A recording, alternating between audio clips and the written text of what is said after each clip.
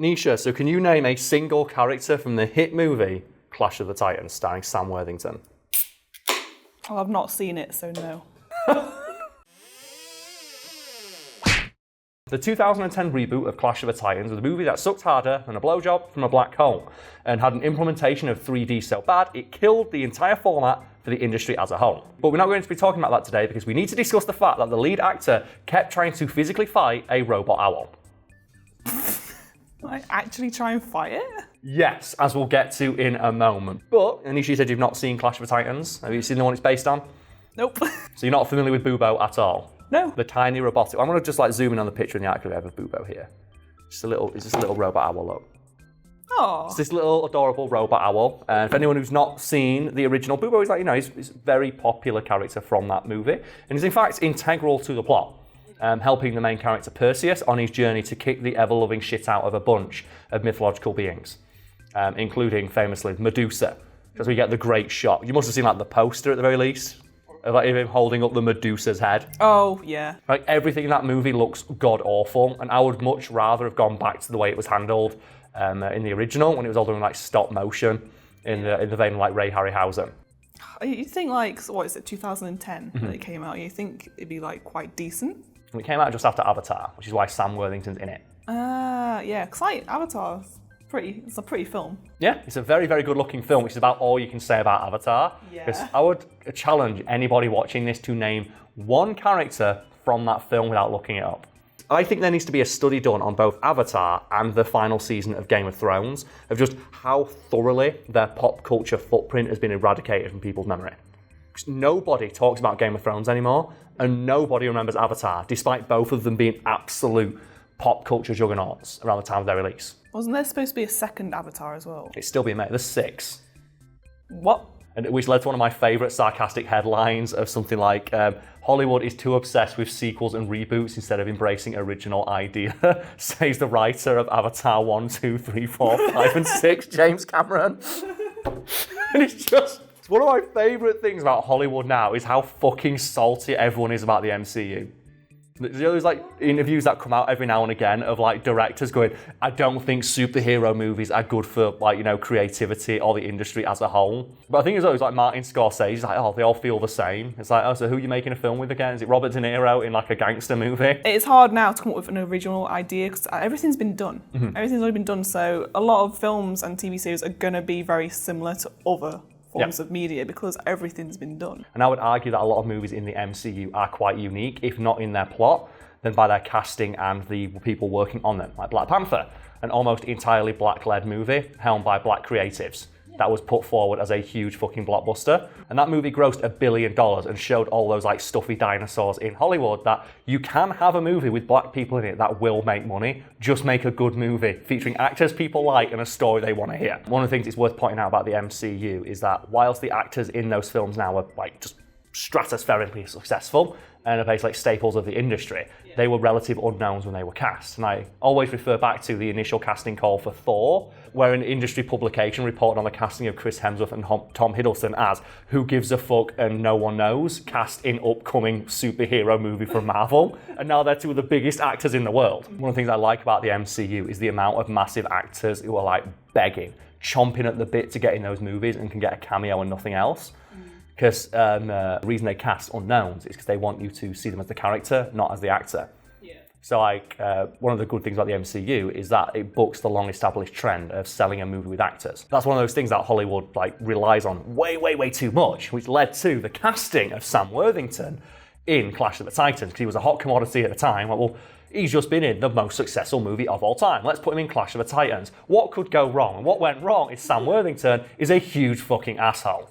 Oh, okay. So what do you mean by that? According to people who worked on Clash of the Titans, Sam Worthington was a raging arsehole the entire time the movie was being made, and the majority of his ire was directed entirely at Bubo, the small mechanical owl, in the film. But it's a robot. And it's also adorable. And as mentioned, very important in the original film that Clash of the Titans 2010 was a reboot of. But Sam Worthington fucking hated that owl and would actively refused to star alongside it and would complain endlessly anytime he was requested to film a scene with the owl in it. Why did he hate it so much, though? Well, according to him and the people who heard him loudly complaining about it on set, he didn't think that the owl fit with the tone of the film. He thought Clash of the Titans was going to be a very serious movie in which a man cuts the head off a snake lady and uses it to freeze a giant CGI monster, whilst crystal CGI Liam Neeson looks on from the heavens. Because Zeus in that movie is played by Liam Neeson for some reason. And he's like, the CGI is so bad because he's just like wearing this crystal armor that's constantly shining in your face at all times.